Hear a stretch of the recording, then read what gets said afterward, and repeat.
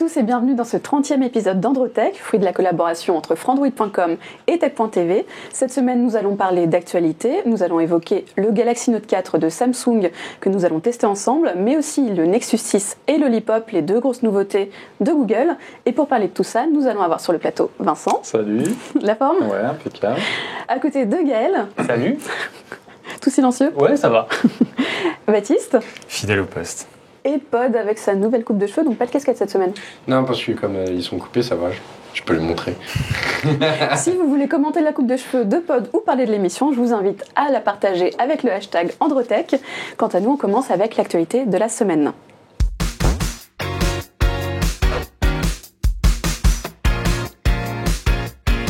Cette semaine, on va parler de casques de réalité virtuelle. C'est véritablement la course à ces casques qui commence à s'imposer sur le marché, Gaël. Eh bien oui, tous les constructeurs ils vont de leur casque de réalité virtuelle ces derniers temps. Alors ça a commencé avec Google, avec le Cardbox, qui était ce qu'ils avaient donné à la Google I.O. Donc le Cardbox, on rappelle le principe, c'est juste un bout de carton avec deux lentilles.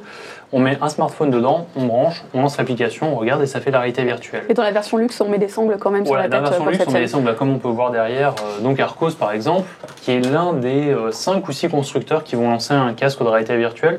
Alors le casque de réalité virtuelle, on rappelle, c'est juste un bout de plastique dans lequel on insère un smartphone. Le smartphone, l'image va être coupée en deux et l'application va utiliser les capteurs pour avoir l'effet immersif et pour pouvoir repérer les mouvements en direct. Donc Arcos fait partie de ces quelques constructeurs qui se sont lancés dedans, mais il n'est pas le seul, il y a aussi Oppo qui travaille dessus, Samsung qui est au taquet sur un casque de réalité virtuelle. Ça fait rire PO, pourquoi ça te fait marrer? Ah bah non mais c'était pour troller, je voulais pas couper non plus. Non mais c'est juste que j'ai l'impression en ce moment, Arcos, leur nouveau business model, c'est dès que Samsung fait un truc, vas-y on fait pareil, direct. Donc, ouais, allez, on va être gentil, 10 fois moins cher. Mais je voulais pas lancer on peut en discuter, mais bref, en tout cas, Samsung il est dessus avec un casque à 200 balles qui commercialise aussi, qui n'est compatible qu'avec le Galaxy Note 4. Et en partenariat avec Oculus. Et en partenariat avec Oculus. On va dire que c'est le plus haut de gamme. Ça promet en termes de contenu quand même. Le principe reste toujours globalement le même, c'est-à-dire un support en plastique dans lequel on insère un smartphone.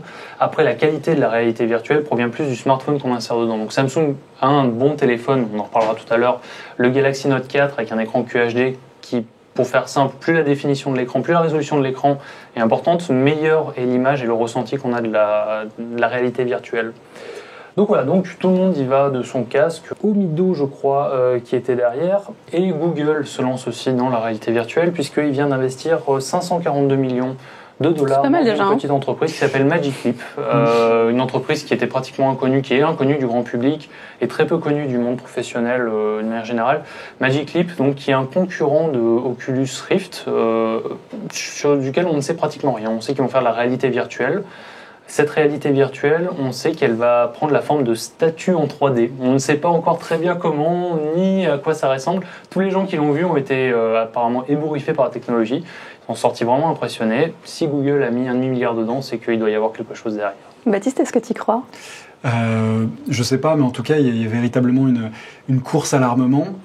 Ce qui est sûr, c'est que les grands de la Silicon Valley ont trouvé leur Eldorado, ou peut-être leur future mine d'or, à voir. Après, la réalité virtuelle, c'est encore loin d'être quelque chose qui passionne au-delà des quelques fans qui peuvent essayer. Il y a plein de problèmes à régler encore.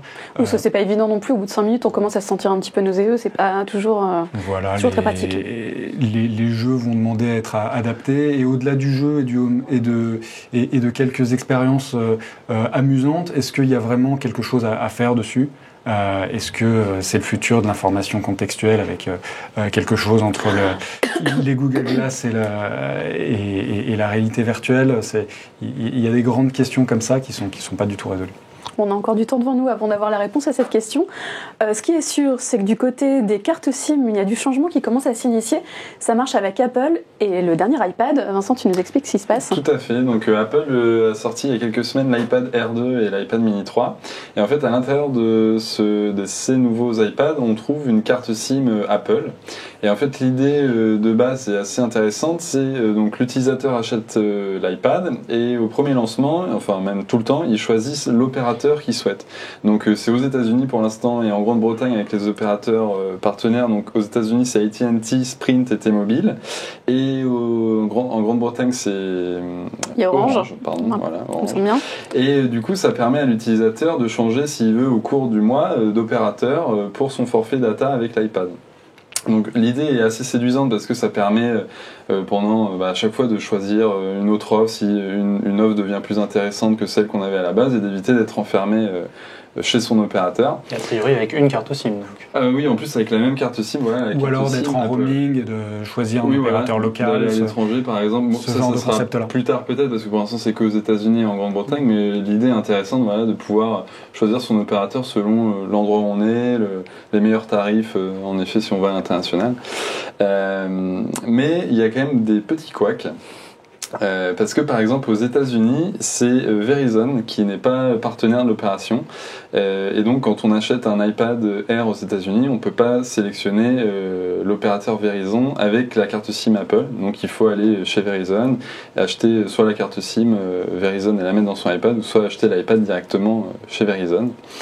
Après, il y a d'autres petits soucis parce que justement le patron de T-Mobile a un peu poussé une gueulante sur Twitter en disant que tout le monde ne jouait pas le jeu et il donnait des exemples. Donc c'est par exemple AT&T. C'est si l'utilisateur achète un iPad et choisit AT&T en tant qu'opérateur, la carte SIM Apple va se transformer en carte SIM AT&T et il sera impossible après à cet utilisateur de passer chez un autre opérateur. Parce que donc au niveau liberté de changement, on est quand même un petit peu limité. C'est juste la liberté de choix au début, mais après il n'y a plus de liberté de changement en effet. Et pire, c'est que si jamais l'utilisateur au début il choisit Sprint par exemple, et ben il pourra pas venir chez AT&T. C'est le seul qui refuse ça en fait. S'il choisit Sprint, il pourra après aller chez T-Mobile, mais il pourra pas aller chez AT&T. Donc AT&T on le choisit dès le départ ou pas. Non, l'impression qu'on a, c'est vraiment que tout le monde veut pas jouer le jeu et malgré les accords, on n'est pas encore au point de pouvoir changer quand on veut d'opérateur, du moins aux États-Unis. Les opérateurs finalement ont aucun intérêt à jouer le jeu en fait. Ça va permettre probablement à certaines populations de changer plus rapidement d'opérateur et surtout la carte SIM est quand même un élément particulièrement important. La carte SIM et tout ce qui va avec. Il faut savoir qu'aujourd'hui la carte SIM c'est quand même encore un espèce de coffre-fort numérique qui est logé au sein de notre smartphone. Qui sert à encoder un certain nombre de choses, à encrypter certaines informations. Notamment. Et donc cet élément de sécurité, les opérateurs ont très envie de la maîtriser pour le futur, parce que la carte SIM, avec cet élément de sécurité, permet aussi de faire du paiement mobile et ce genre de choses. Donc il y a vraiment une bataille entre les opérateurs et les constructeurs, et Apple étant le leader là-dessus, il va y avoir vraiment une bataille entre qui va maîtriser la sécurité dans les smartphones. Ouais, ils sont pas leaders, et d'ailleurs il y a quand même des chances qu'ils se tôle là-dessus. Ils sont pas leaders sur. Leader au sens fer de lance. C'est le premier auquel vont s'affronter les opérateurs qui veulent rester maîtres chez eux. Et potentiellement le dernier. Enfin, ils sont pas franchement. Apple est en train de perdre la bataille là pour le coup avec les opérateurs. En tout cas, ça ressemble à un faux départ. Il n'est pas dit non plus que ça ne continue pas en V2 faut aussi rappeler que effectivement, ça ressemble à un faux départ. Ça ressemble aussi au deuxième faux départ. Il faut revenir en 2010. Il faut rappeler qu'en 2010, Apple avait déjà essayé de proposer l'idée d'une carte SIM virtuelle ou d'une carte SIM intégrée et soudée aux cartes mères et qui serait, elle, polymorphe. Je peux mettre n'importe quel forfait dessus.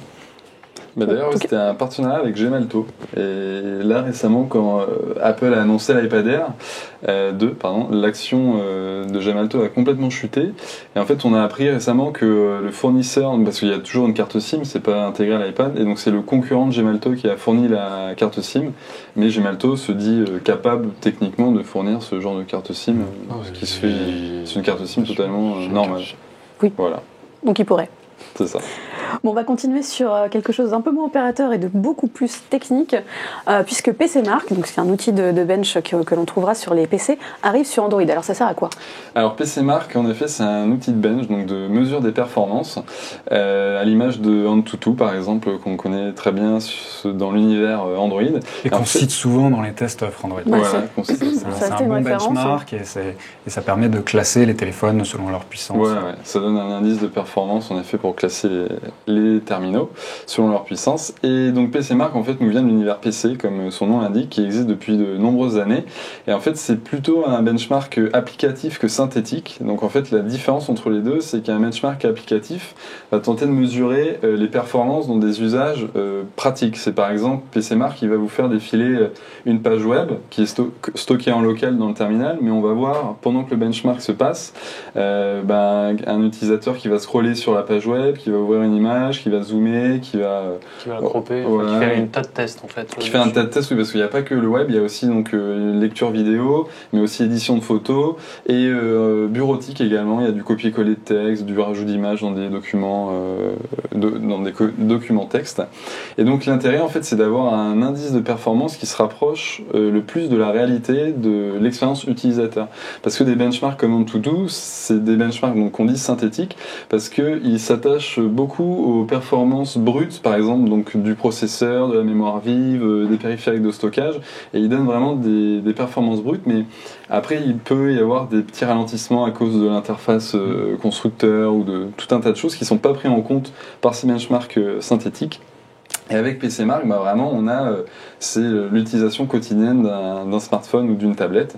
Et donc, on commence déjà à l'utiliser dans nos tests Frandroid, et ça va permettre d'avoir des indices de performance qui se rapprochent de plus en plus de la réalité, parce que certains pensent qu'AnTuTu, parfois c'est un peu, et d'ailleurs juste le titre, parfois on a un terminal qui va avoir plus de points sur AnTuTu, mais qui dans la pratique sera moins fluide qu'un autre. Pas mal d'exemples chez Samsung, il y a des youtubeurs qui font des tests qui font ce genre de tests mais au doigt, donc manuellement, et c'est vrai que les téléphones de Samsung en général sont pas mal plus lents que la moyenne, alors à score égal pour sans parler des constructeurs qui trichaient avec AnTuTu, que ce soit HTC ou Samsung ou tous, oui, absolument tous. Et d'ailleurs, il y a eu quelques scandales sur ce sujet. Plus de mal à tricher avec PCMark, parce que donc PCMark c'est édité par FutureMark, la société qui fait également 3DMark, le logiciel de benchmark graphique, qui en fait n'hésite pas à épingler quand ils remarquent des terminaux qui trichent. C'était eux qui avaient mis en avant ce problème l'an dernier, il me semble. C'est ça, ouais. Notamment il y avait HTC et Samsung, je crois, je me souviens plus. Et du coup, il détecte quand un terminal triche et ne le prend plus en compte dans les résultats publics, dans les classements publics, contrairement à AnTuTu qui ne fait pas attention à ça. En tout cas, on va avoir là une application très utile dans l'univers Android. Voilà. Il y a pas qu'elle qui est sortie cette semaine, il y a également Inbox. Et là, je me tourne vers toi, PO, puisque tu fais partie des gens qui ont eu une invitation très rapidement pour cette application d'email éditée par Google. Tout à fait. Raconte-nous ta vie avec Inbox. Ma vie a complètement changé, c'est incroyable, absolument pas. En fait, Gmail, c'était. Qu'est-ce que c'est ? Non, on va partir plus loin encore dans l'histoire. Gmail, quand c'est arrivé, ça a amené un certain nombre de choses nouvelles par rapport aux boîtes mail un petit peu plus classiques, notamment la fonction d'archive d'un mail. Que peu de gens utilisent encore, malheureusement. Où l'idée, c'est que ta boîte mail, tu la traites comme ta liste de choses à faire. Donc si tes mails, tu les gardes dans ta boîte de réception, c'est parce que tu as encore une action à faire, quelque chose à traiter, peut-être une réponse à faire, peut-être autre chose. Et une fois que tu as traité ton mail, tu l'archives. Ce qui permet d'éviter d'avoir un gros bordel de mails lus, puis au milieu des mails non lus qu'on a oubliés, etc. etc. C'était ça le concept de Gmail, mais c'est vrai que Google s'est aperçu qu'il y a peu de gens qui utilisent la fonction d'archive finalement. Car et Inbox, c'est un peu un reset de Gmail pour amener de façon un peu plus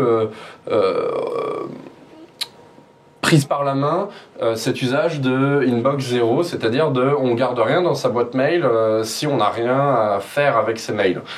Et donc là, archiver, ça a été renommé en terminé. Et ça fait exactement ce que ça faisait avant. En plus de ça, on a la fonction de reminder qui était auparavant amenée par des extensions type Boomerang ou autre. Ou Streak, effectivement, c'est un autre bon exemple. Donc le reminder, c'est quoi ? C'est genre j'ai un mail, il est là parce que j'ai un truc à faire, mais en fait je vais pas pouvoir le faire avant la semaine prochaine. Donc plutôt que de le traîner dans ma boîte de réception, je vais dire à Inbox en l'occurrence, renvoie-moi ce mail la semaine prochaine au moment où là je pourrais faire un truc avec. Rappelle-le-moi. Rappelle-le-moi, remind. Ouais, exactement. Donc c'est ça qu'Inbox fait principalement. Après, il y a d'autres choses qu'on a déjà vues un petit peu amenées par Google, comme classer automatiquement dans des labels certains mails. Donc par exemple, les confirmations de commandes de Amazon, top achat, etc., vont dans la catégorie achat. Les confirmations de billets d'avion, etc., tout ça, ça va dans voyage, etc., etc. Donc avec voilà. une présentation adaptée aussi assez Tout à fait. Donc Inbox, ce que c'est ça, c'est un reset de Gmail avec quelques fonctionnalités nouvelles, mais surtout une histoire différente. On raconte une histoire différente à l'utilisateur pour le guider dans sa gestion de mail. C'est amené à remplacer Gmail alors À 100%. À 100%.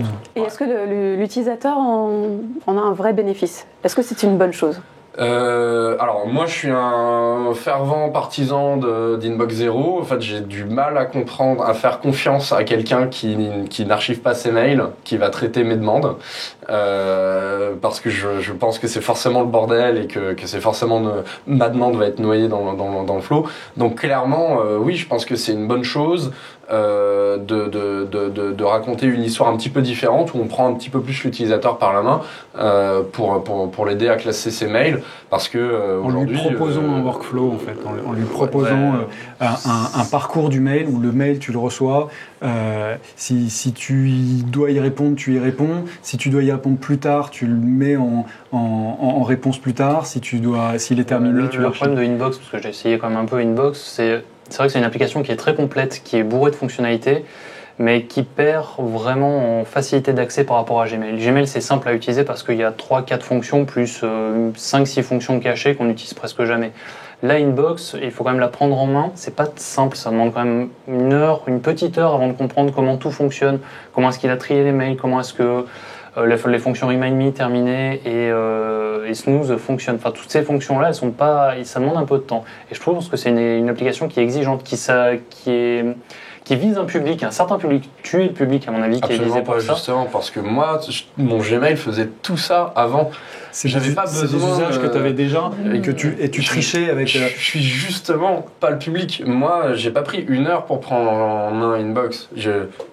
25 secondes, c'est bon, parce que ça change rien du tout par rapport à mon Gmail, à part que l'interface elle est bleue au lieu d'être blanche. Mais donc justement, je suis pas du tout le public. Le public, c'est les gens qui effectivement vont peut-être prendre 1 heure à prendre en main ce nouveau service par rapport à aller activer une extension, etc., dans Gmail. Et qui vont devenir plus facilement des power users de leur mail, en fait. Ouais, faut la volonté avant tout, quoi. Oui, mais bien. Ouais, c'est sûr. Mais la volonté d'être Inbox Zero parfaitement sur Gmail, ouais, je pense que ça te prend une journée la première fois, trouver la bonne extension, machin, etc. Voilà, divisé par 24 le temps d'adaptation, je trouve que c'est pas si mal. Même si c'est clair qu'il y aura des efforts à faire pour que ce soit encore plus user-friendly, mais il ne faut pas oublier que c'est un produit qui est en bêta, que peu de gens ont accès pour le moment. Peut conclure là-dessus. Exactement comme Gmail en 2004. Voilà, comme à ses débuts, pour Gmail, Inbox est disponible sur invitation. Les gens qui ont déjà Inbox ont donc des invitations à distribuer. Pour les autres, il faut les demander auprès de Google, ça prend un petit peu de temps. Donc c'est pas forcément l'application qui sera utilisée tout de suite, mais d'ici quelques mois, ça devrait être largement démocratisé. Voilà pour l'actualité de la semaine, et on va enchaîner avec le test de la semaine qui porte sur le Galaxy Note 4.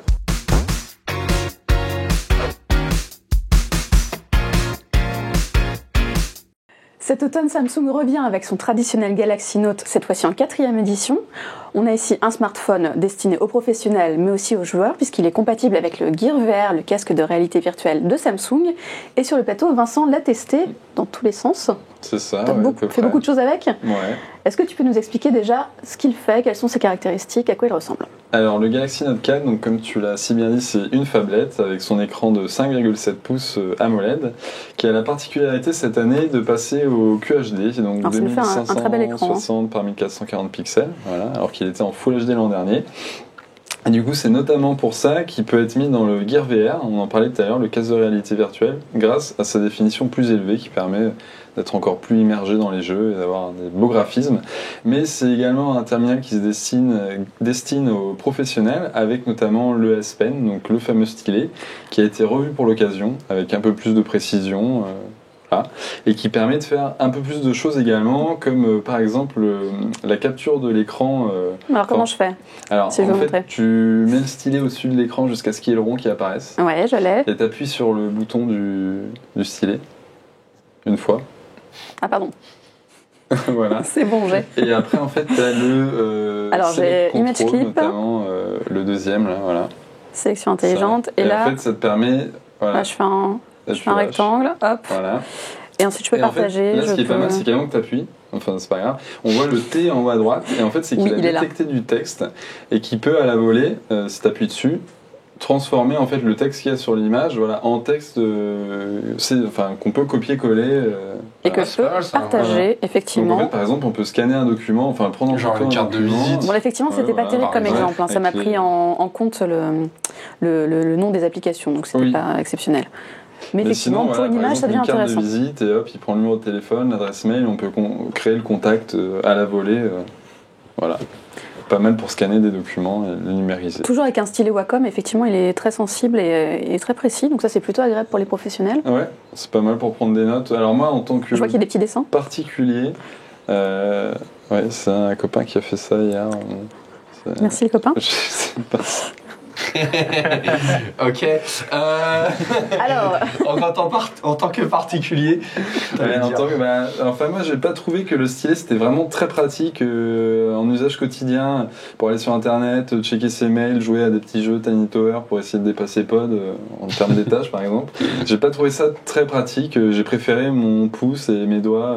ça tient peut-être au fait que les écrans des smartphones standards se sont quand même bien agrandis. Ouais. On est passé à du 5.5 à peu près partout et que finalement le format Note est beaucoup moins phablette que smartphone actuellement. Oui voilà, il ressemble de plus en plus à un gros smartphone qu'à un très gros smartphone. J'ai beaucoup moins de mal maintenant à utiliser 5,7 pouces avec les doigts quoi. Donc bon après c'est peut-être une préférence aussi personnelle. Mais bon. Effectivement, en termes personnels, il y a aussi le design. Qu'est-ce que vous en pensez, Baptiste? Allez, dis-moi, qu'est-ce que tu penses du design du Note 4? Bah, c'est le design de la gamme Samsung 2014. Je vais vous montrer le dos quand même. Hop, ici avec le look simili-cuir. Alors on a enlevé les petites surpiqûres qui étaient imitées sur le Note 3, si je dis pas de bêtises.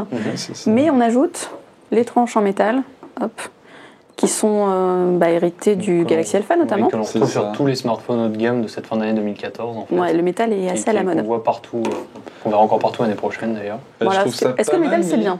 Bah, en fait, j'aime bien moi le métal sur les téléphones, mais là sur le Galaxy Note 4, je trouve ça un peu dommage parce que l'écran en fait est bombé, un peu à la manière de l'iPhone 6 sur les côtés.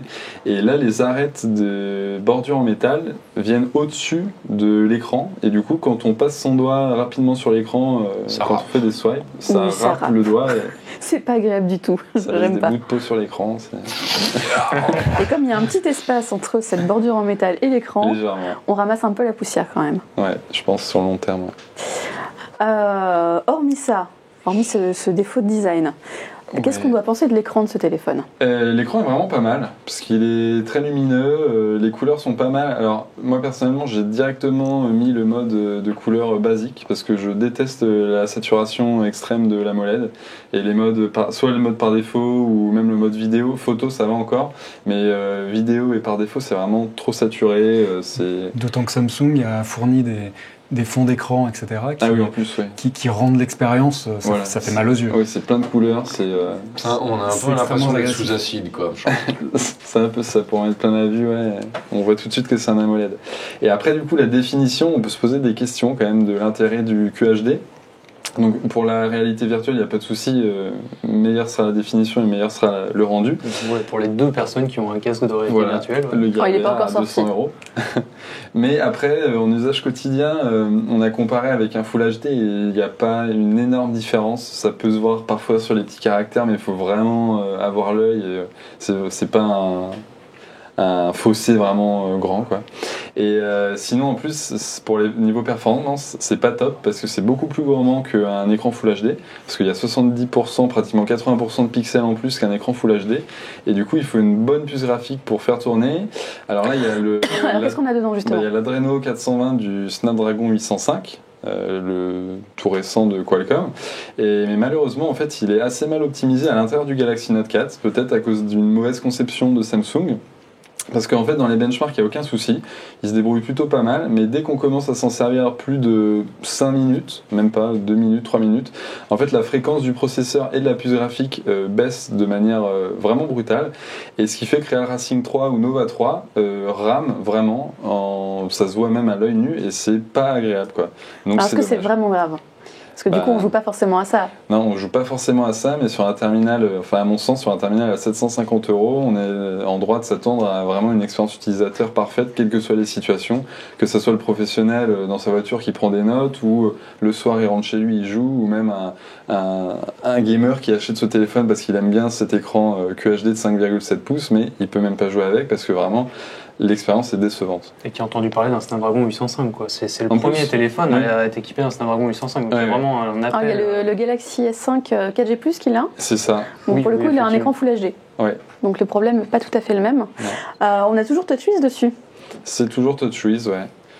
C'est plutôt pratique parce qu'en plus il y a le. La tête de pod.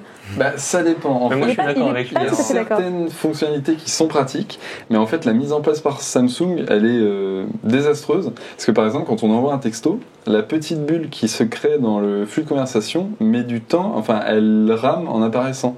Donc ça, pareil, sur un terminal à 750 €, voir le texto qui part en mode... Ah mais il veut pas saccadé. quitter, hein. en saccadé, voilà. Ouais. C'est pas... Bon, après, oui, c'est TouchWiz, il y a certaines fonctionnalités qui sont... Ouais, il faut savoir qu'au sein de la rédaction, on n'est pas tous d'accord. Voilà, il y a la team troll, faut qu'elle Non. s'exprime 2 secondes. Allez-y. Mais Allez-y, c'est c'est votre moment. moche. Ah oui, Non, c'est très en moche. vrai, il y a quand même eu beaucoup de progrès Oui. depuis les débuts Ah bon. de TouchWiz. On va pas leur enlever, mais c'est toujours quand même pas très joli. Il y a des choses assez bizarres. Et des choix qui sont vraiment scandaleux. Après voilà, moi je troll, je déteste TouchWiz, mais je suis content que les interfaces utilisateurs, les interfaces constructeurs continuent d'exister et continuent d'être possibles.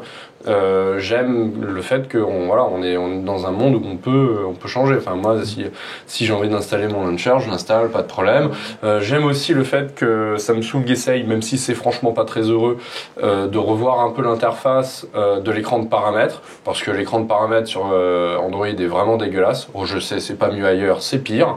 Je pense à l'écosystème de la marque aux fruits, on va dire, où c'est franchement, mais bon voilà. Bref, voilà, Samsung essaye des trucs, c'est pas toujours très heureux, mais je suis content que ça existe. Mais c'est vrai que c'est super D'ailleurs, moche. on se pose la question, à quoi va ressembler TouchWiz sous Lollipop, quoi. Ça va être une autre question. Est-ce qu'ils vont revoir toute leur interface ou est-ce que... On le verra dans pas si longtemps. Et on verra dans pas si longtemps. Puisque Samsung a commencé à teaser l'arrivée de Lollipop sur son Note 4, bon, on n'en doutait pas vraiment, hein. Bon, pour le haut de gamme, c'est assez logique.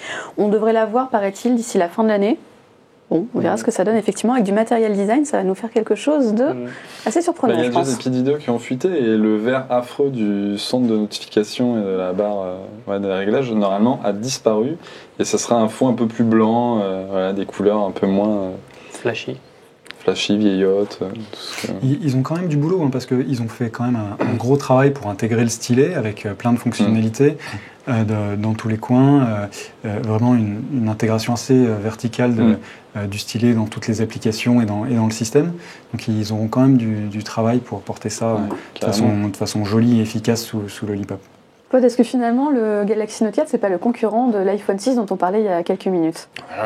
Clairement, pour moi, il faut prendre la question complètement dans l'autre sens. Enfin, je veux dire, l'iPhone 6, c'est l'arrivée d'Apple sur les formats standards des smartphones, c'est-à-dire 4.7 pouces de diagonale d'écran et 5.5 pouces de diagonale d'écran, qui, je rappelle, est un format qui a été ouvert par Samsung. Donc, clairement, l'iPhone 6, en particulier l'iPhone 6 Plus, c'est Apple qui essaye de venir marcher sur les plates-bandes de Samsung et non plus le contraire comme on a vu pendant longtemps. Ils l'ont fait parce qu'ils ont vu que ça se vendait.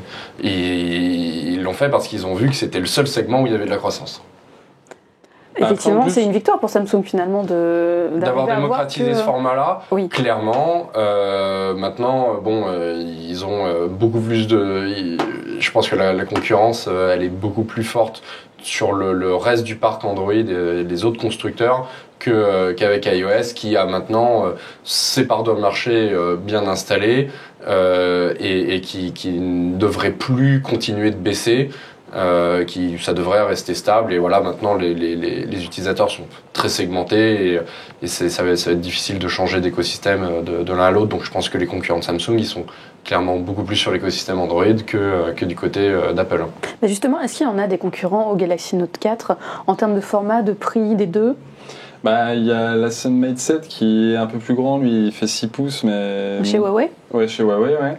Mais lui, il n'a pas de stylet. Donc, parce que je pense que le positionnement du Galaxy Note 4 est quand même différent de celui de l'iPhone 6 Plus. Parce que l'iPhone 6 Plus, ça serait plus pour ceux qui veulent une phablette, alors que le Galaxy Note 4, c'est un peu plus ceux qui veulent une phablette, mais en plus avec le stylet. Parce que sinon, c'est-à-dire un outil professionnel. Voilà, plus professionnel. Mais c'est là où on a un peu de mal à savoir si Samsung veut vraiment se positionner uniquement sur ce secteur, parce que donc il y a le Gear VR notamment dans lequel le Galaxy Note 4 vient se positionner.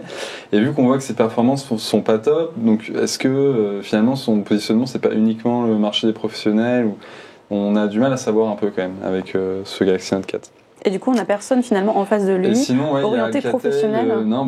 Après, il y a Alcatel One Touch avec son. Pas tout à fait d'accord. Il ne faut pas oublier qu'on a des téléphones de 5,5 pouces qui commencent à fleurir partout. Ouais. Que ce soit du OnePlus One, que ce soit même des téléphones qui font 5.3 qu'on voit sur tous les Moto X. Pour moi, c'est G3, du G3, etc. Tous ces téléphones-là, ils sont concurrents du HTC Note. One Max. Pour mais moi, c'est exactement. Ouais, ok, mais le stylet, c'est un argument de plus, mais je suis pas sûr que les gens ils le recherchent de façon prioritaire, sinon il y aurait beaucoup plus de constructeurs qui se lanceraient. Et Apple n'aurait pas réussi à vendre des tonnes, des palettes d'iPhone 6 Plus. Ah non, mais je dis pas que le S Pen justement c'est ce qui fait que le Galaxy Note 4 se vend, mais que c'est justement pourquoi il a pas de concurrence sur ce segment professionnel. Là, effectivement, on est d'accord. Mais je pense que voilà, en termes de vente, il y a quand même clairement du concurrent, quoi.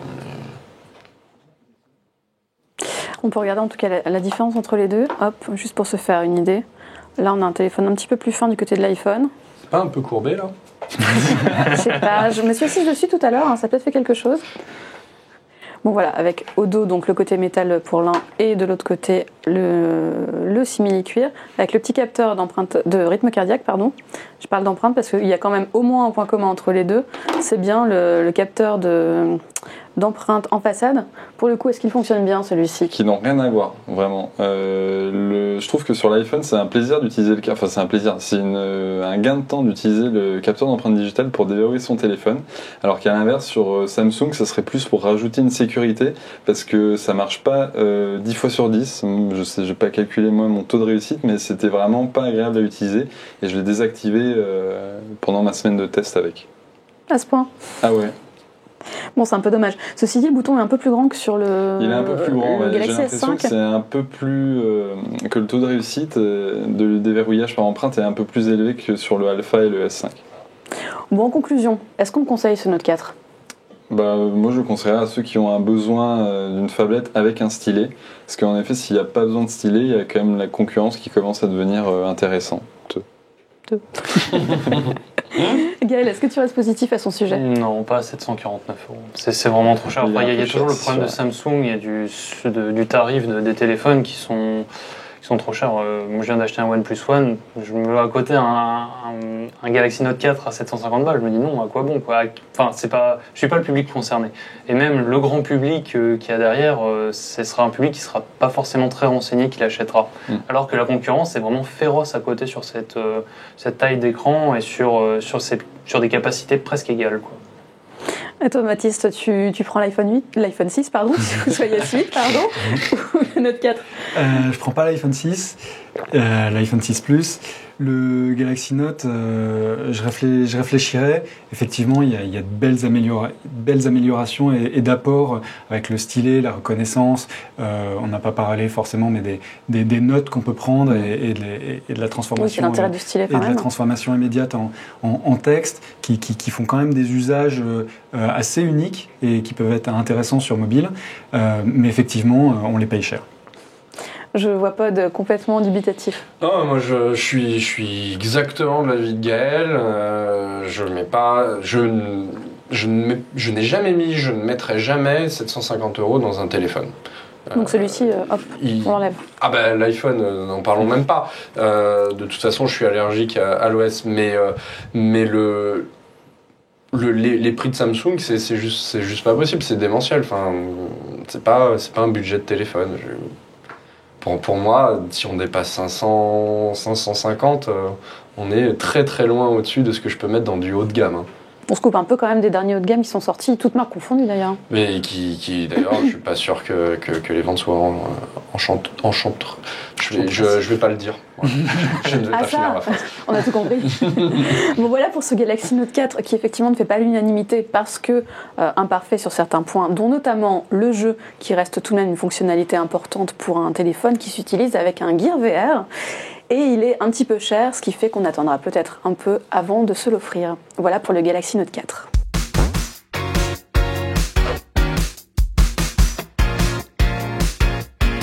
Comme le Nexus 5 et KitKat, le Nexus 6 et Lollipop ont été annoncés très discrètement par Google sur son blog, et on a eu l'occasion de découvrir un nouveau smartphone beaucoup plus grand que ce qu'on connaissait déjà, le Nexus 6. On fait le tour du nouveau produit avec toi, Gaël ? Oui, alors le Nexus 6, qu'est-ce que c'est ? Basiquement, c'est un Moto X en plus grand. Alors on a le Moto X. On a le Moto X qui est ici, donc le nouveau Moto X de Motorola. C'est un Moto X en beaucoup plus grand, et genre beaucoup plus grand, puisque c'est une phablette de 5,96 pouces, autant dire 6 pouces. Alors c'est un téléphone qui a une fiche technique qui est assez impressionnante, qui est même très impressionnante. L'écran, donc on disait 6 pouces, c'est du Quad HD, une résolution de 496 ppi. Il a une taille qui... Alors on est assez pressé de l'avoir en main justement parce que toutes les premières prises en main américaines nous disent que ce téléphone, malgré ses 6 pouces, tient plutôt bien en main.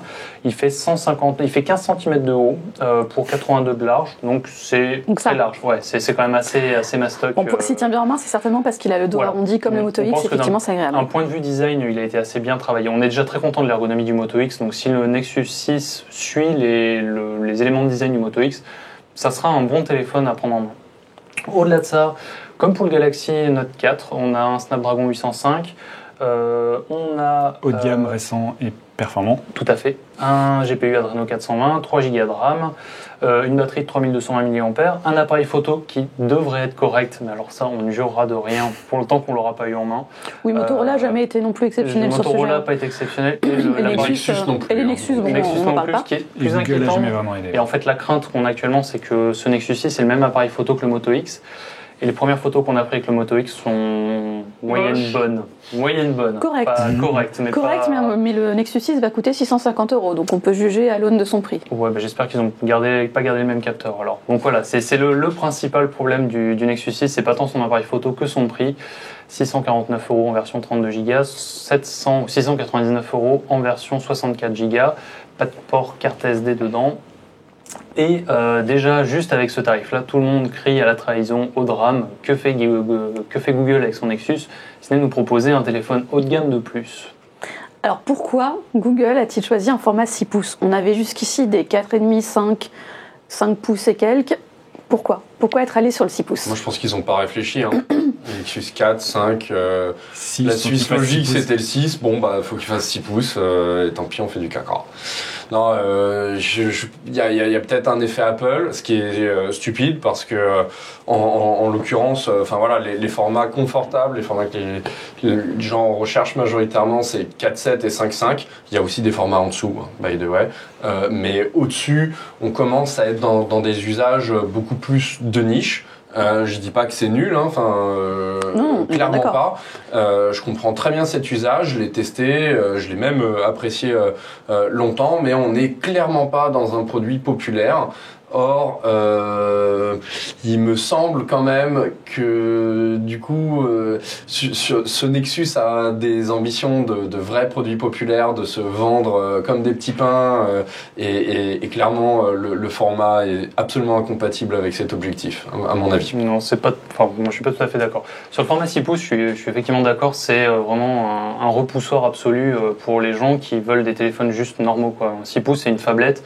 C'est un patin, c'est un truc qui est de la taille d'un pied, quoi. C'est pas de la taille d'une main.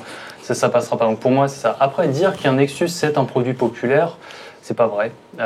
C'était même le premier à le dire, c'est que. Je suis le premier à le dire tout à fait, mais je pense que le Nexus 6 a l'ambition de sortir de ça. Oui, mais ça peut pas. Ah, tu penses qu'il peut pas être un produit populaire? Qui veut plus être un produit populaire. Donc... Non, c'est pas ce que je dis. Je dis les Nexus n'ont jamais eu cette ambition-là auparavant. Ça s'est un petit peu vu quand même avec le 5. Mais oui, c'est vrai. Il y a un glissement vers produit populaire. Mais là, le Nexus 6, la façon dont il est pricé, exactement comme les Samsung, les LG, les HTC, à mon avis, ouais, l'ambition, c'est vraiment d'arriver à un flagship d'une vraie gamme commerciale, comme chez Apple, etc. Et je pense qu'il en a pas les moyens. Donc, quelque part, tu dis qu'ils ont monté le prix pour, quelque part, faire que la valeur perçue soit meilleure pour le consommateur. C'est cher, donc c'est bien, et d'ailleurs, c'est bien spéqué. Est-ce que c'est pas un peu trahir les valeurs du Nexus ?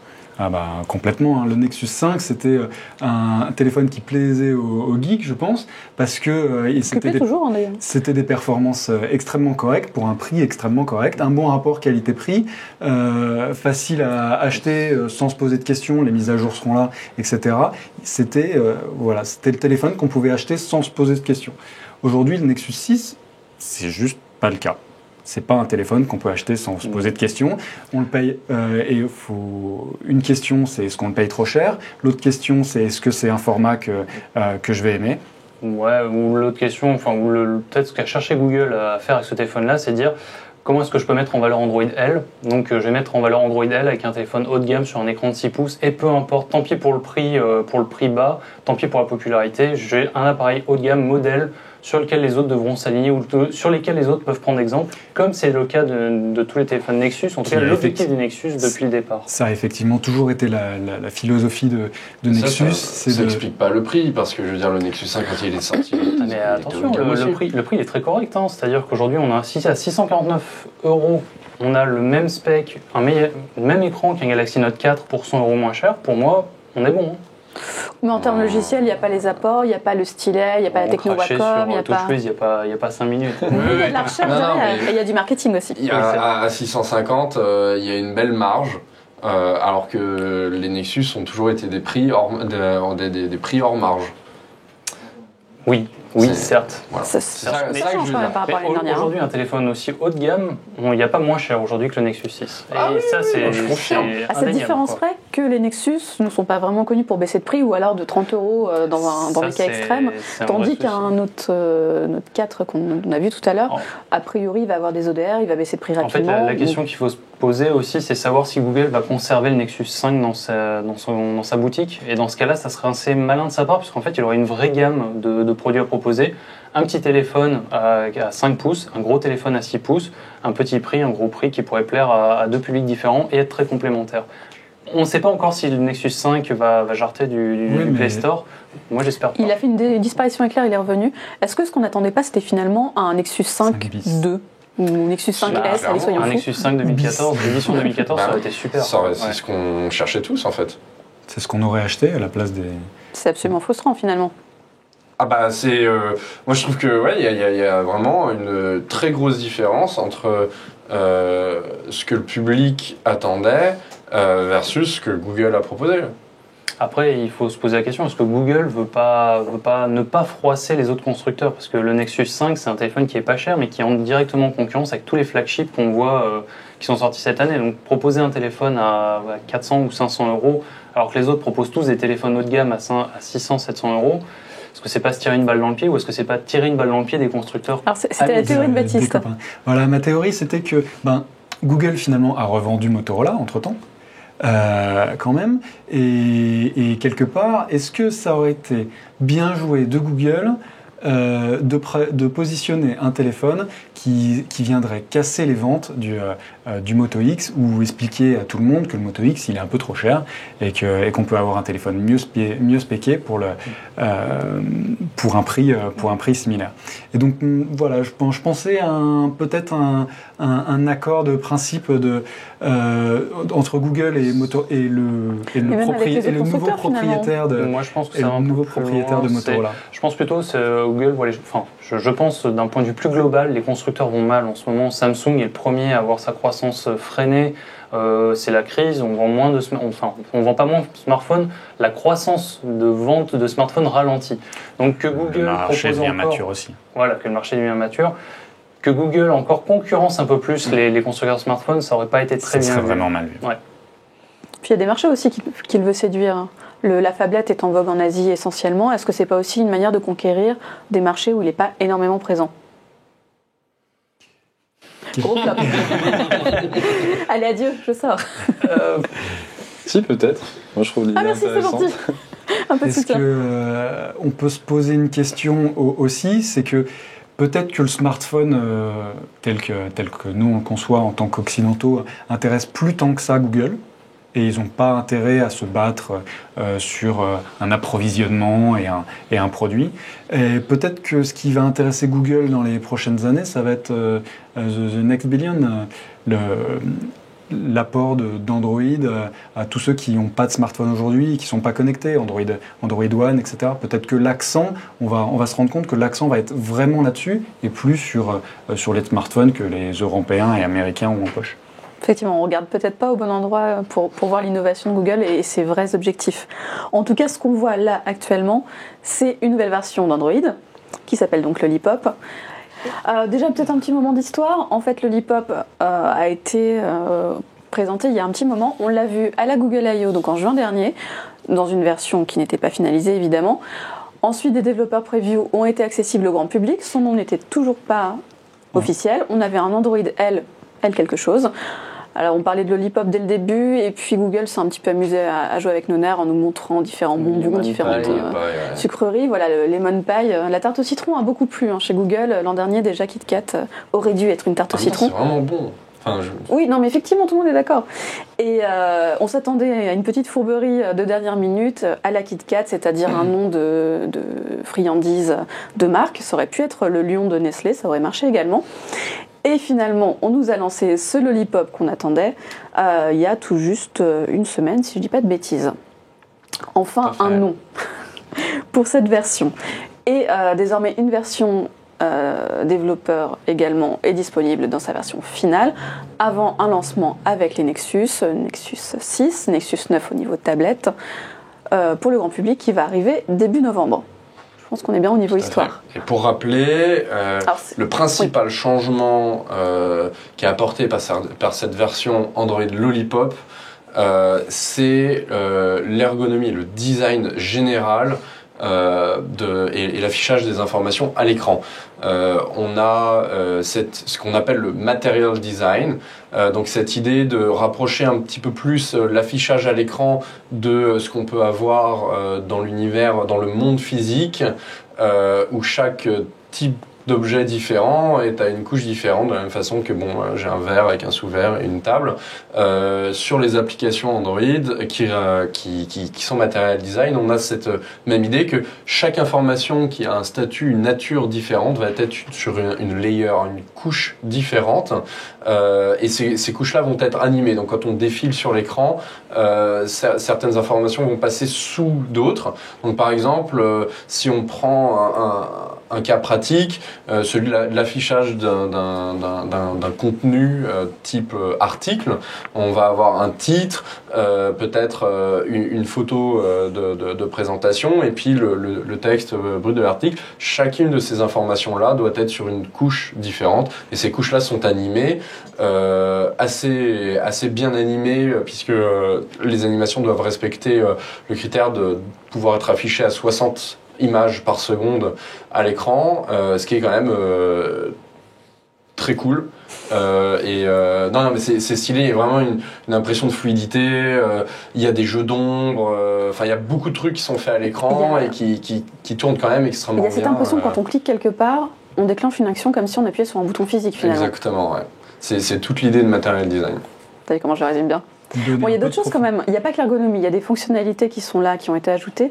On a un petit peu testé ensemble ce qu'il y avait. Il y a notamment les sessions qu'on peut créer pour différents utilisateurs, ce qui est plutôt pas mal. Qui ne change pas énormément par rapport à Android 4, elles sont juste plus accessibles. En fait, les sessions, les utilisateurs, avant, avoir plusieurs utilisateurs sur une tablette, ça existait, mais c'était galère. En fait, il fallait passer par 50 menus. Et ça n'était valable que pour les tablettes. Aujourd'hui, c'est valable pour les smartphones et surtout, c'est valable directement dans la barre de notification.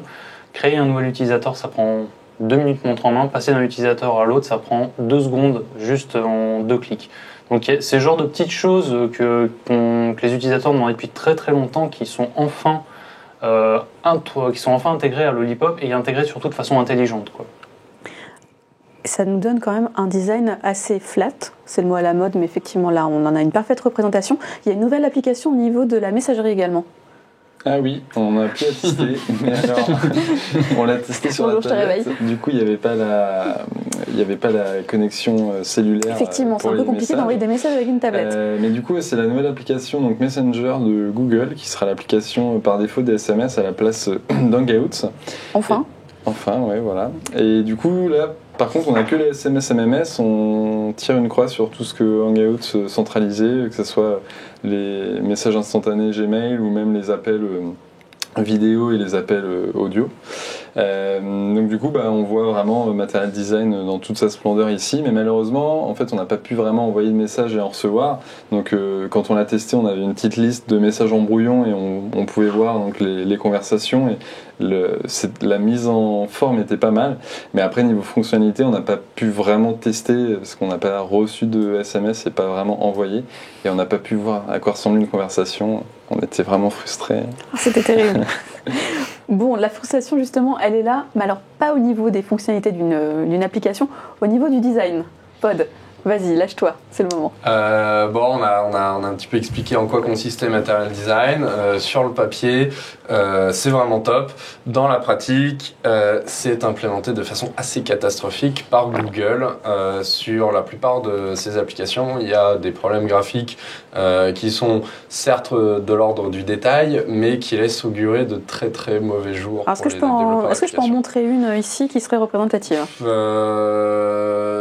il aurait fallu qu'on prépare un petit peu ça, avoir un tableau avec par exemple toutes les action bars de toutes les applications Google pour voir que les boutons ne sont absolument jamais alignés, jamais de la même taille. Par exemple, on a les 3 petits points pour les menus secondaires qui sont tantôt ronds, tantôt carrés. Tantôt vertical, tantôt horizontal. Horizontaux, non, je sais pas quand. Pas à ce point? Non, pas à ce point quand même, mais voilà, il y a beaucoup d'inconsistances. La problématique, c'est la suivante. La dernière fois, Google a changé radicalement la façon dont on allait afficher l'information, la façon dont une application allait être construite graphiquement. Les développeurs et éditeurs d'applications ont mis longtemps à se mettre à jour et on s'est baladé des applications de type Android 1.x longtemps après l'arrivée de Holo. Et bon, il y a eu beaucoup voilà, enfin, une certaine latence. Il y a tout un écosystème à tirer vers la nouvelle façon d'afficher les applications.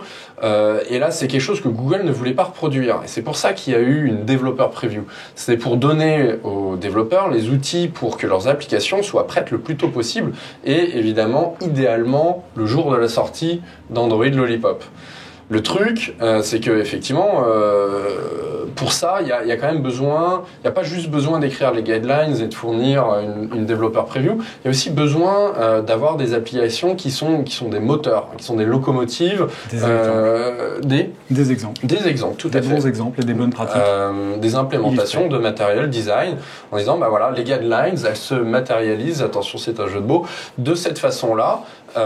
Et pas de telle autre façon, etc. Donc il faut que ce soit des choses qui soient complètement cohérentes avec les guidelines et qui ne sortent pas des guidelines. Parce que c'est toujours permis de sortir des guidelines, ce sont que des lignes de conduite. Quand on maîtrise les lignes de conduite, on peut se permettre de faire des trucs un peu originaux, etc. Mais là, c'était pas du tout le rôle de Google, c'était de faire des trucs exactement tout pareils pour qu'on ait des beaux exemples sur lesquels on s'appuie. Parce que Google n'a par le passé jamais su faire parce que Gmail et Google Plus sont radicalement différents, etc., etc.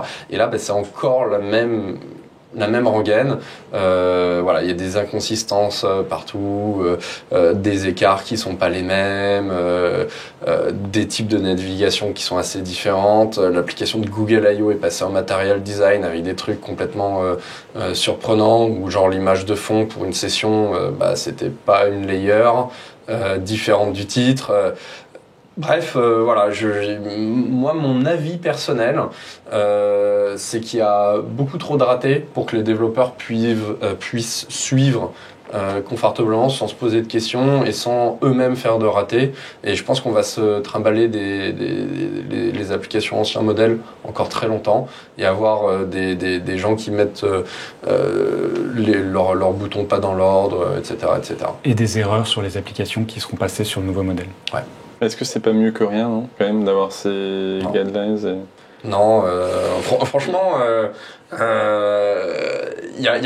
d'abord, c'est pas... Il n'y a pas de rien. Oui. Est-ce que c'est mieux qu'avant ? Bah non, Google, ils ont toujours eu du mal à respecter leur propre concept d'ergonomie, à la fois de UI et de UX. Mais là, c'est pire, en fait. C'est pire qu'avant. Donc non, c'est pas mieux. Voilà, après c'est mon avis personnel. Moi je suis assez frustré de ces trucs-là parce que à chaque fois qu'on a quelqu'un qui va venir, moi je voudrais développer mon application, faut qu'elle soit Material Design, etc. Il va prendre exemple sur les applications de Google et puis à chaque fois on va lui dire ouais merde, en fait dans les guidelines c'est écrit ça. Ah ouais mais Google Plus ils font comme ça.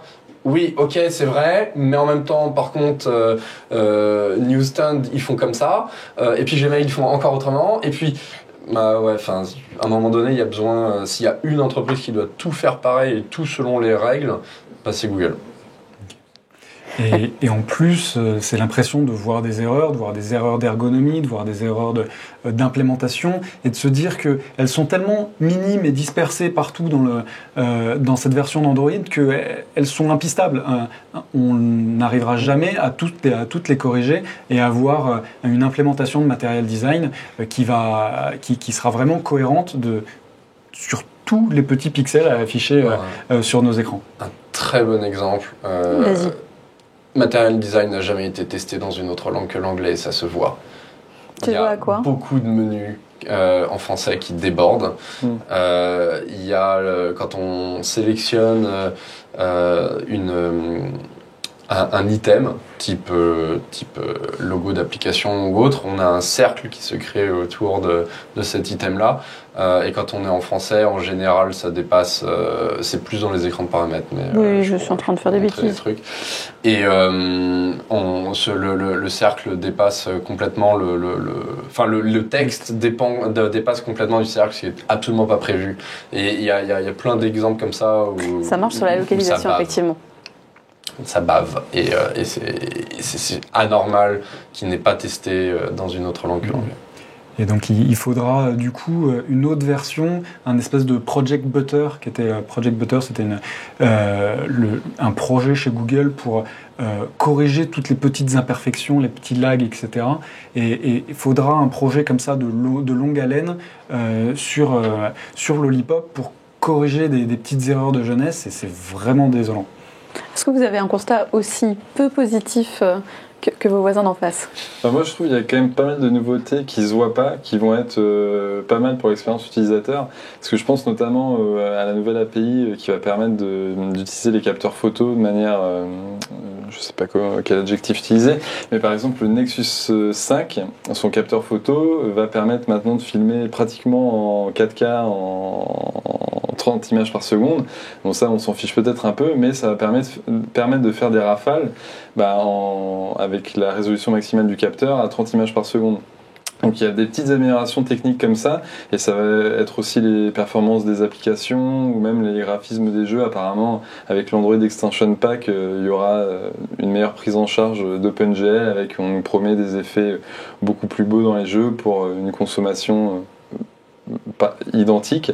Donc j'attends de voir un peu ces mises en place. Bon, là par contre ça se voit pas et ça prendra peut-être du temps à arriver parce qu'il faut que les développeurs fassent leurs applications.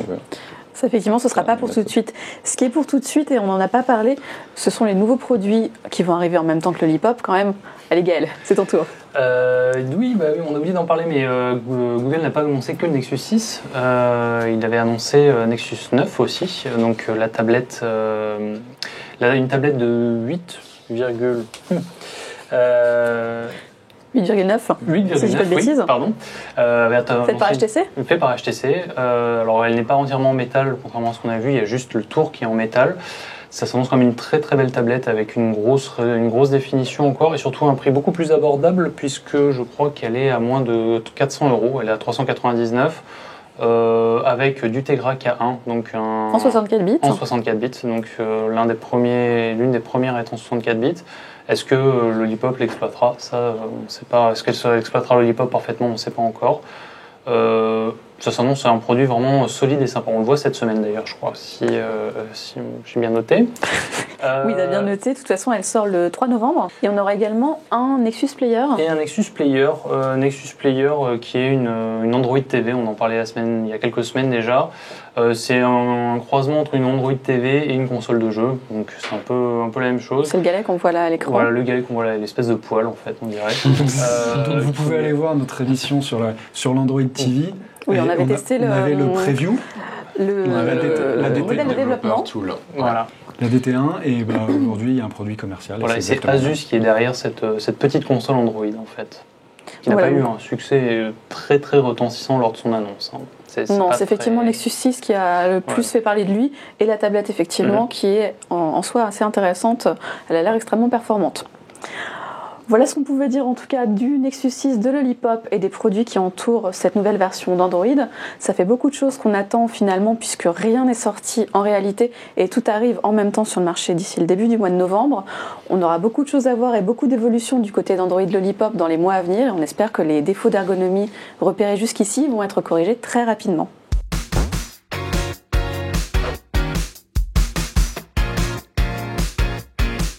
Cette semaine, côté application, on va parler de jeux. Ouais. On va parler de Terra Battle. On va parler de Terra Battle. Il paraît que c'est un super jeu. C'est un super jeu, donc il faut faire un peu l'historique de Terra Battle, puisque ce n'est pas n'importe qui est derrière, c'est Sakaguchi qui est derrière. Donc Sakaguchi, vous ne le connaissez pas? Si. Non. Tu connais. Donc c'est le créateur de Final Fantasy, qui est peut-être l'une des séries les plus cultes qu'on a eues sur PlayStation ces 15 dernières années. Et son retour aux jeux vidéo était très attendu. Alors il nous a un peu déçus lors de l'annonce puisque Terra Battle c'est un free-to-play. C'est un free-to-play où on pensait un peu moisi. Et en fait c'est sûrement l'un des meilleurs jeux mobiles qu'on a pu voir cette année. Le principe, je sais pas ce que je fais. Il est très simple.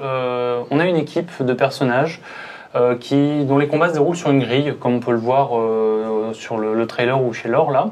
Le principe en fait c'est d'avoir des ennemis et ces ennemis on doit les entourer avec deux alliés. Alors ça peut paraître bête comme ça, mais en fait il y a des systèmes d'alliés, d'alignement d'ennemis qui complexifient un peu le tout. Il faut ajouter à ça un autre système encore derrière de montée de niveau, un système de collecte de personnages, un système de recrutement d'alliés et on tient peut-être un jeu qui est ultra complet, qui est à la fois très beau avec de très belles musiques, qui est vraiment fantastique.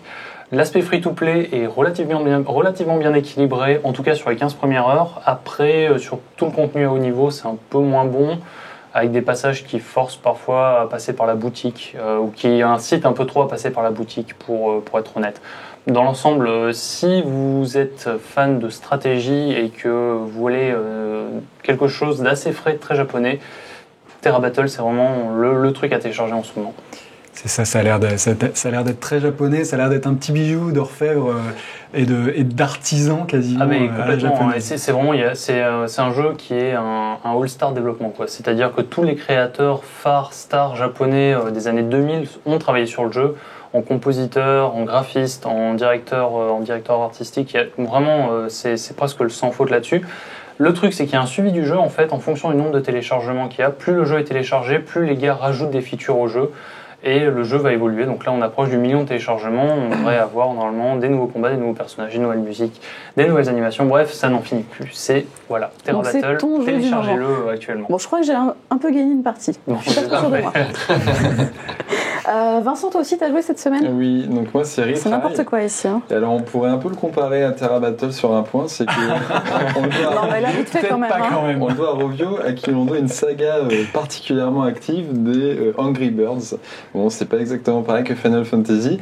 Et donc là, avec Retry, le gameplay est totalement différent d'Angry Birds parce que donc l'objectif c'est qu'on pilote un petit avion, un petit coucou qui sait que faire des loopings. Donc en fait, voilà. Donc Ah, quand attends, parce on que là, maintient il le est doigt en train de appuyé, en réfléchir. fait l'avion va faire un looping et dès qu'on lâche, il va aller tout droit. Donc en fait, il faut essayer de faire Ah, des petits loopings parfois. Je suis sur le téléphone de Baptiste. Du coup, Ah je oui, sais pas donc où il en est. Donc là, je vais. Forcément, t'es pas sur les meilleurs niveaux. Je sais Pas pas sur où je les niveaux suis. les Je plus vais me faciles. planter. Voilà, donc en fait le Voilà. but du jeu Ah, c'est de je- finir le parcours en Bref. évitant tous les petits obstacles qui se dressent Comment tu sur la fais route, enfin Et dans ils les sont airs. nombreux. Et ils sont nombreux, voilà.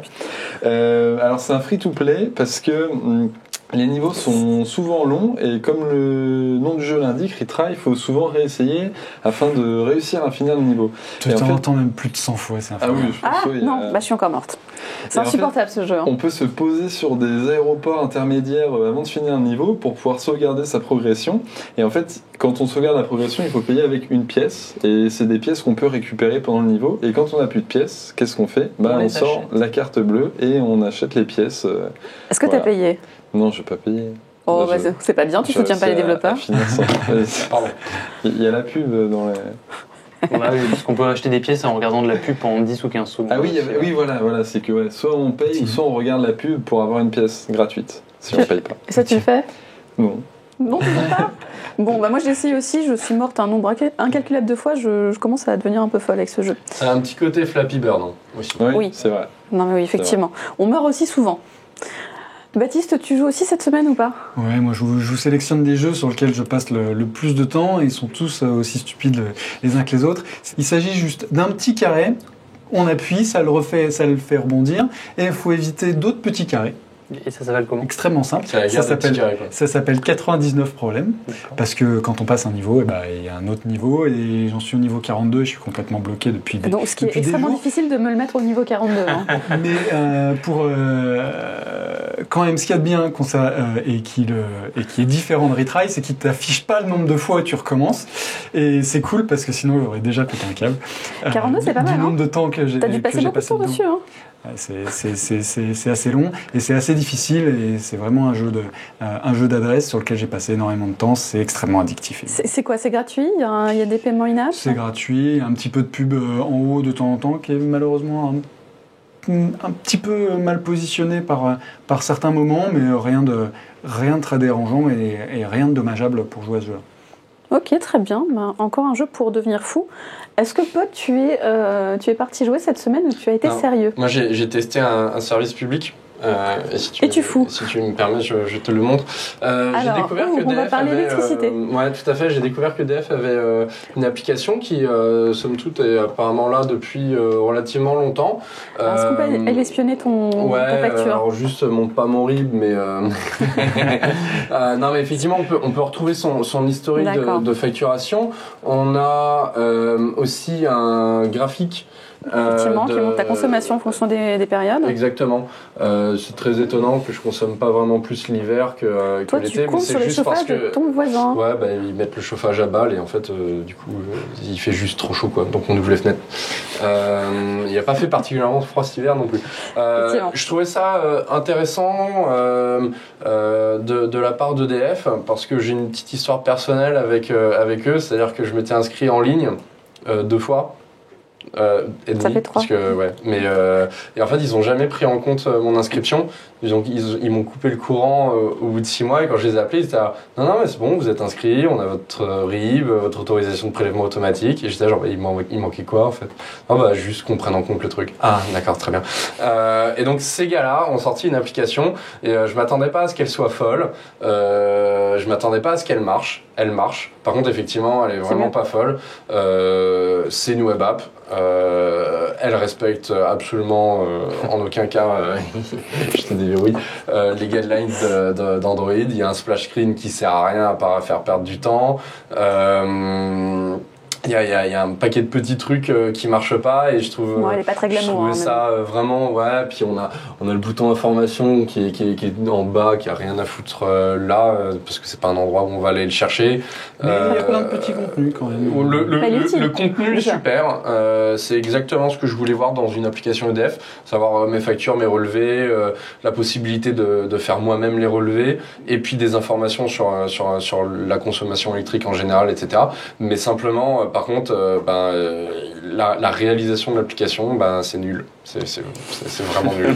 Bon, bah écoute, j'espère qu'ils nous regardent pour améliorer leur application pour sa deuxième version, ou sa je ne sais combien de version d'ailleurs. Je pense que c'est la première et qu'elle est comme ça depuis 2 ans, à mon avis. Enfin, j'ai pas regardé, hein, mais à mon avis, c'est ça le scénario. En tout cas, bonne idée d'utiliser ça au quotidien. Effectivement, ça peut servir à l'arrivée de l'hiver. Voilà pour les applications de cette semaine. Vous avez ce qu'il faut pour jouer et pour surveiller votre consommation d'électricité. Quant à nous, on se retrouve la semaine prochaine avec une nouvelle émission. Je vous invite toujours à la partager sur les réseaux sociaux avec le hashtag Androtech. Merci à tous d'avoir été là. Merci. Vincent. Gaël. Salut. Baptiste, t'es fatigué? À la semaine prochaine. Et Pod, tu seras encore là? Bien sûr, pour la prochaine émission, avec plaisir. On remercie Gala qui s'est invité sur le plateau, et en régie, Olivier à la réalisation, Edouard Matli, notre producteur, et Guillaume Osson. On vous dit à la semaine prochaine. Salut. Salut. On a perdu Vincent.